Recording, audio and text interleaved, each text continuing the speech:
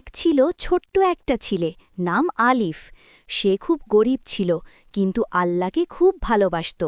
প্রতিদিন ফজরের নামাজ পড়ে আল্লাহর কাছে দুয়া করত, হে আল্লাহ, আমার মা যেন সবসময় সুখে থাকে।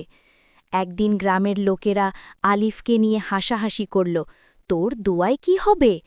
আলিফ হাসল আর বলল, আমার দোয়া আল্লাহ শোনেন। সেই রাতে হঠাৎ গ্রামের ওপর ঝড় এলো, সবাই ভয় পেল, কিন্তু আলিফের ঘর ঠিকই রইল। সকালে সবাই দেখল আলিফের ঘরটি একমাত্র অক্ষত।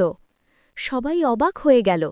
তখন আলিফ বলল, আমি আল্লাহর উপর ভরসা করি, তিনিই সব রক্ষা করেন। সেই দিন থেকে গ্রামের সবাই নামাজ পড়া আর দোয়া করা শুরু করল। বাচ্চারা, আমরাও যেন আল্লাহর উপর ভরসা করি আর প্রতিদিন নামাজ পড়ি।